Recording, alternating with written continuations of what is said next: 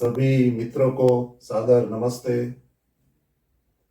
आज हम ईश्वर के बारे में थोड़ा विचार करते हैं। इस संसार में 3 प्रकार के मनुष्य होते हैं। कुछ लोग ऐसे हैं जो ईश्वर की सत्ता में विश्वास करते हैं। उनको सामान्य रूप से आस्तिक कहा जाता है। दूसरे लोग ऐसे हैं जो ईश्वर की सत्ता में विश्वास नहीं करते हैं। उन्हें हम सामान्य रूप से नास्तिक कहते हैं। और तीसरे प्रकार के लोग ऐसे होते हैं जो कहते हैं कि ईश्वर है या ईश्वर नहीं है, हम इसके बारे में कुछ नहीं कह सकते हैं। इन्हें हम संशयवादी लोग भी कह सकते हैं। नास्तिकों का ऐसा कहना है कि आस्तिक समुदाय में ही ईश्वर के बारे में भिन्न भिन्न प्रकार की मान्यताएं प्रचलित है, इसलिए ईश्वर जैसा ही कोई सत्ता नहीं है।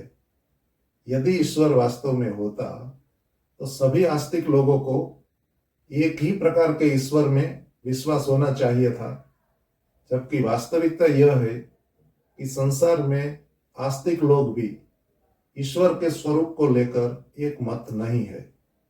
ईश्वर की संकल्पना बहुत प्रकार की प्रचलित है और एक मत का अभाव है। विश्व के सर्वाधिक प्राचीन ऐसे वेदों में और वैदिक ग्रंथों में ईश्वर के संबंध में बहुत ही स्पष्ट संकल्पना की गई है। वेदों में वर्णित ईश्वर को हम वेदोक्त ईश्वर कहते हैं, जिसका वर्णन वेदों में है, इसलिए इसे वेदोक्त ईश्वर कहा जाता है। वेदोक्त ईश्वर का स्वरूप बहुत ही स्पष्ट है, जिसमें ईश्वर के अनेक गुणों को स्वीकार किया गया है। ईश्वर को एक सत्तात्मक वस्तु अर्थात वास्तविक पदार्थ के रूप में वर्णित किया गया है। ईश्वर सच्चिदानंद स्वरूप है, ऐसा कहा जाता है, अर्थात ईश्वर एक वास्तविक पदार्थ है, ईश्वर एक चेतन पदार्थ है और ईश्वर में आनंद है। आनंद ईश्वर का एक गुण है, इसलिए ईश्वर को सच्चिदानंद स्वरूप कहा जाता है। ऐसे ही ईश्वर को निराकार कहा गया है, एक अदृश्य सत्ता कहा गया है।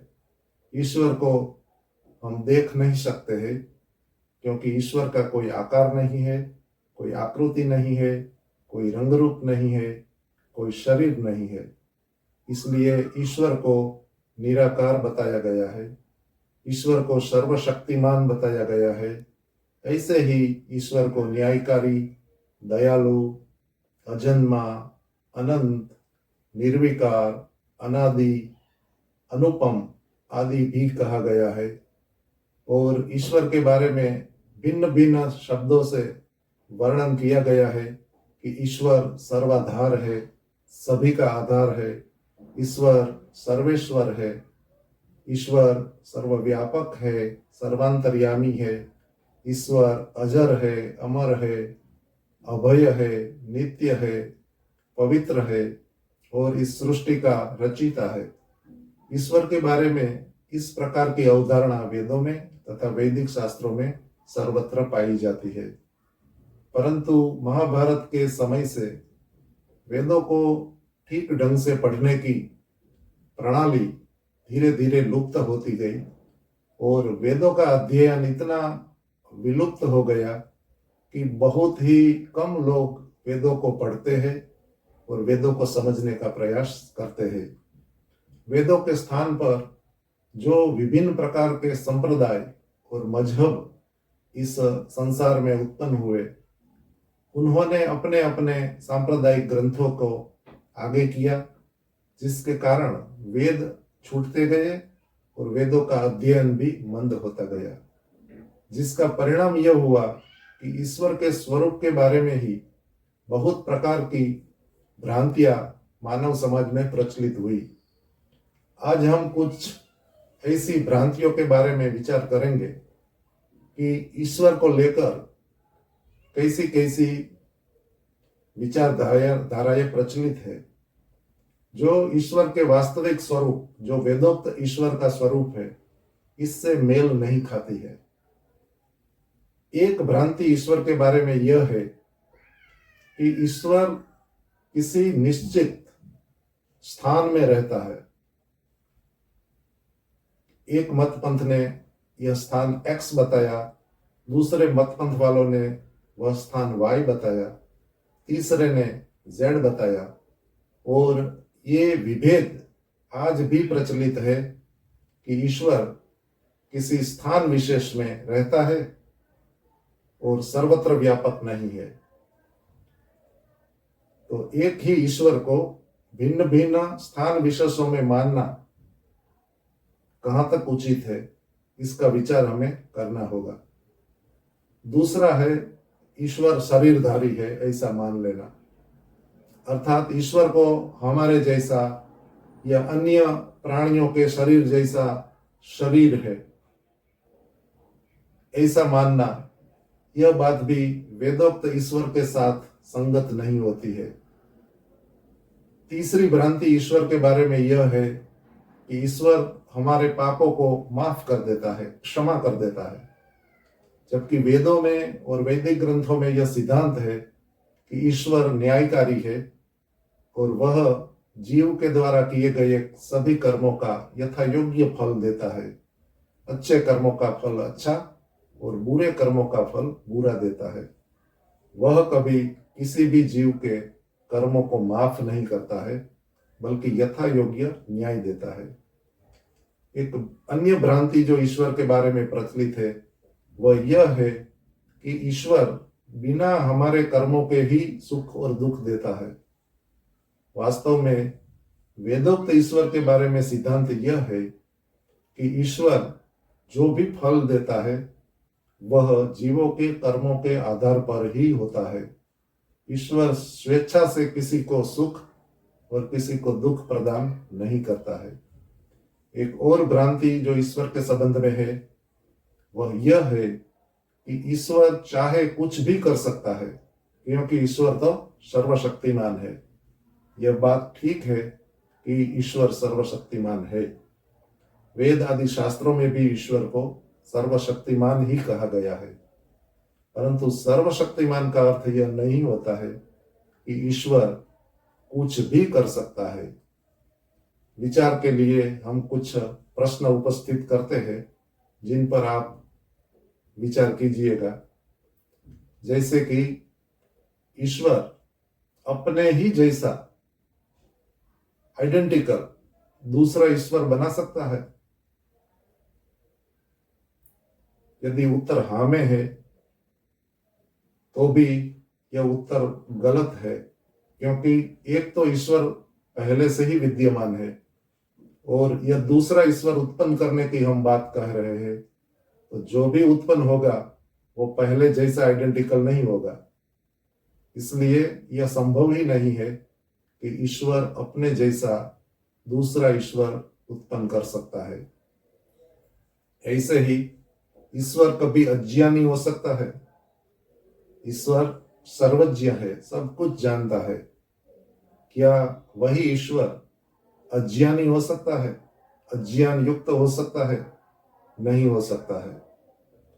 ईश्वर सर्वत्र व्यापक है, सभी स्थान पर विद्यमान है। क्या वही ईश्वर एक देशी सीमित स्थान में आ सकता है? नहीं आ सकता है।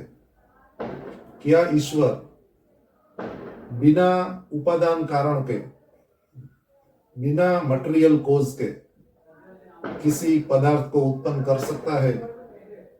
नहीं कर सकता है।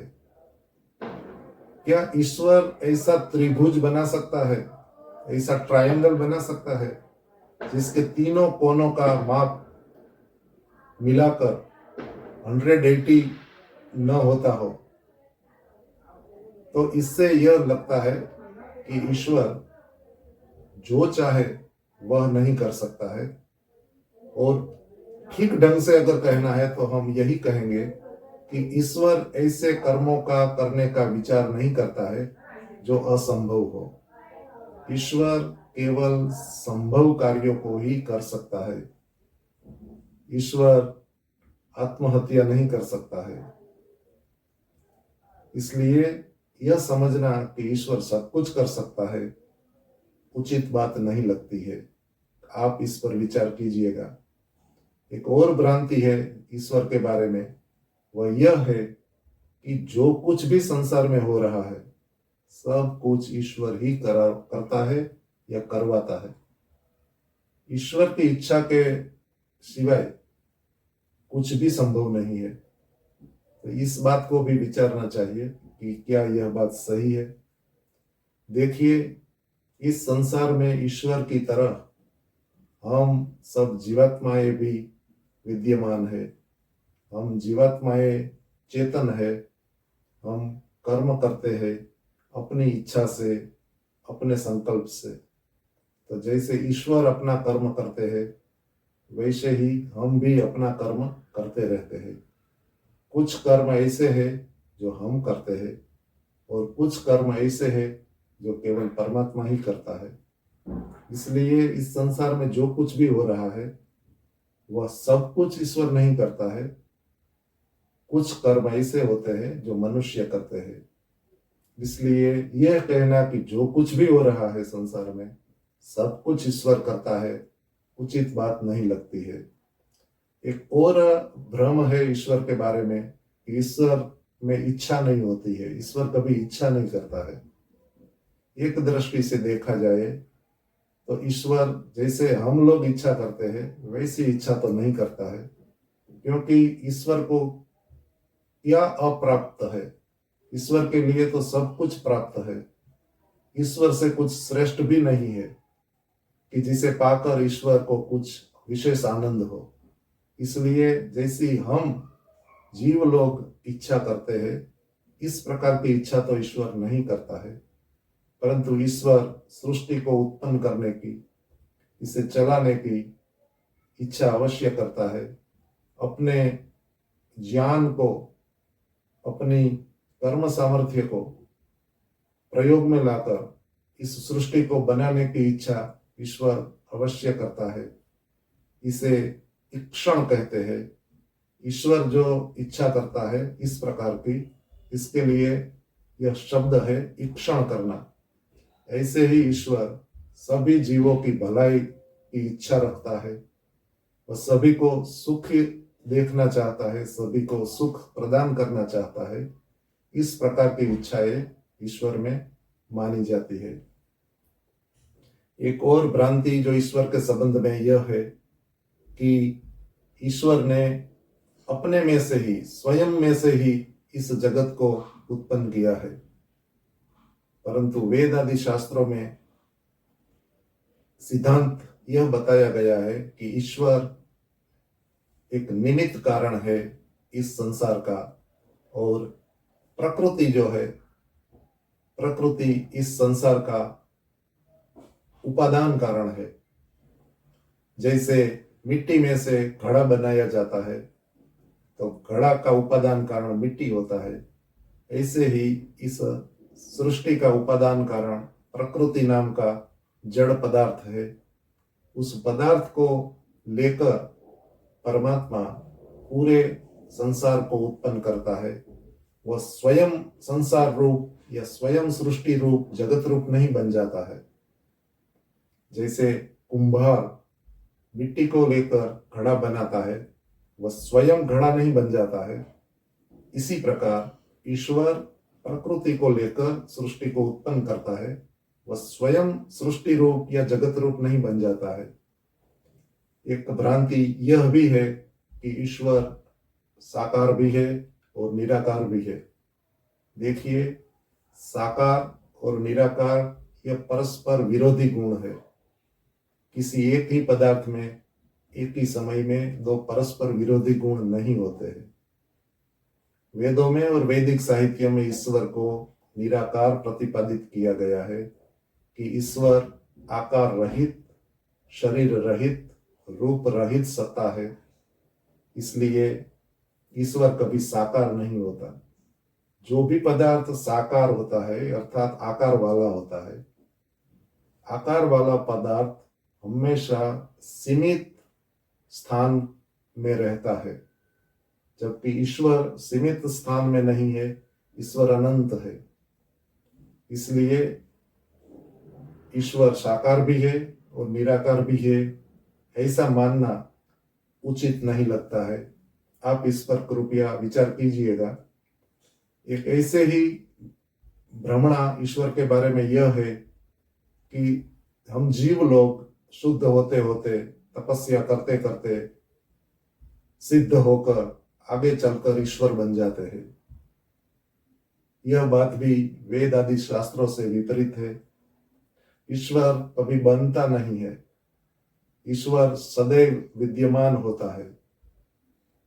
हम मनुष्य आदि लोग अत्यंत पुरुषार्थ करके, तपस्या करके, साधना करके, शास्त्रों का अध्ययन करके, परोपकार सेवा करके, ईश्वर की उपासना करके मोक्ष या मुक्ति की अवस्था को तो प्राप्त कर सकते हैं, परंतु हम स्वयं ईश्वर हो जाए यह संभव नहीं है। तो यह भी एक भ्रमणा है कि जीव उत्कर्ष करता करता करता अंत में स्वयं ईश्वर हो जाता है। ईश्वर सदैव ईश्वर ही रहता है और जीव ईश्वर के उपासना करता हुआ, ईश्वर के द्वारा दिए गए साधनों का सदुपयोग करता हुआ अपना उत्थान करके मुक्ति की अवस्था को तो प्राप्त कर सकता है, लेकिन वह कभी ईश्वर नहीं हो सकता है, ईश्वर नहीं बन सकता है। एक और भ्रांति ईश्वर के बारे में यह है कि ईश्वर भविष्य में हम क्या करेंगे इसका ज्ञान पहले से ही रखता है। दूसरे शब्दों में, हम भविष्य में क्या करेंगे इसका ज्ञान आज ही ईश्वर को है, पहले से ही ईश्वर को है। वेद और वैदिक शास्त्रों में, दर्शन शास्त्रों में ऐसी बात नहीं लिखी गई है। वहां कहा गया है कि मनुष्य का आत्मा स्वतंत्र है, क्या करना क्या नहीं करना, कैसे करना, इन बातों में मनुष्य का आत्मा स्वतंत्र है। वह अपनी स्वतंत्रता से कर्मों को करता है, अपने योजना पर पुनर्विचार करता है। इसलिए जब कभी मनुष्य कुछ कर्म करता है, चाहे वह कर्म मन से करे, वाणी से करे या शरीर से करे, जैसे ही वह कर्म करता है ठीक उसी समय ईश्वर भी उसके कर्मों को जानता है।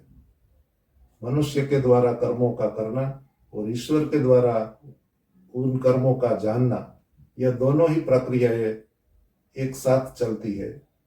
परंतु पहले से ही ईश्वर नहीं जानता है कि हम क्या करने वाले हैं। हम जब कुछ विचार करते हैं तो ईश्वर जान लेता है कि इस व्यक्ति ने यह विचार किया। जब हम कुछ कर्म करते हैं तो ईश्वर तत्काल जानता है कि यह कर्म किया जा रहा है, परंतु पहले से ही ईश्वर नहीं जानता है कि हम 5 दिन के बाद क्या करेंगे, 10 दिन के बाद क्या करेंगे, 1 वर्ष के बाद क्या करेंगे। तो यह भी एक भ्रांति है कि ईश्वर पहले से ही हमारे कर्मों के बारे में जानता है। एक और बड़ी भ्रांति यह है कि जीव जो है, हम आत्मा है, जीवात्माएं है, जीव है, हम ईश्वर के ही अंश है। जैसे कोई एक वस्तु हो और इसके 10 टुकड़े किए जाए, ऐसे ही हम ईश्वर के अंश है, अंश रूप है। वास्तव में ईश्वर एक चेतन पदार्थ है और चेतन पदार्थ के ऐसे टुकड़े नहीं होते हैं। यदि ईश्वर के भी टुकड़े हो जाते और अनेक टुकड़े हो जाते, बहुत सारी आत्माएं हैं इस संसार में, अगर ईश्वर ऐसे टुकड़े हो जाता तो ईश्वर की सत्ता ही क्या रहती। ईश्वर कोई भौतिक पदार्थ नहीं है कि जिसके टुकड़े हो जाए और हम उसके अंश बन जाए। इसलिए यह भी एक भ्रांति है कि हम ईश्वर के अंश है। वास्तव में जैसे ईश्वर की सत्ता है वैसे ही हम जीव लोगों की भी सत्ता है। जीव और ईश्वर दोनों एक नहीं है, दोनों भिन्न सत्ताएं हैं। ईश्वर को ईश्वर समझना और जीव को जीव समझना, यही यथार्थ ज्ञान है। आज हमने ईश्वर के बारे में प्रचलित कुछ भ्रांतियों के बारे में विचार किया है। आप इन बातों पर विचार कीजिएगा और जो सत्य लगे उसको ग्रहण कीजिएगा, और जो बातें आपको ठीक नहीं लगती है उन्हें छोड़ दीजिएगा। और ईश्वर के बारे में निरंतर चिंतन करना कभी मत भूलिएगा, इसलिए कि इस संसार में इतने सारे मत, पंथ, संप्रदाय और मजहब फैले हुए हैं कि आस्तिक जगत में भी ईश्वर को लेकर एक मत नहीं है। यह कोई अच्छी स्थिति नहीं है। जैसे पूरे संसार में एक ही गणित चलता है, एक ही रसायन विज्ञान चलता है, ऐसे ही ईश्वर के बारे में भी सभी आस्तिकों का एक मत होना चाहिए। और यदि नहीं है तो हमें गंभीरता से इस पर विचार करना चाहिए और ईश्वर के स्वरूप को लेकर कम से कम आस्तिक लोगों को एक मत होना चाहिए। बहुत बहुत धन्यवाद। नमस्ते।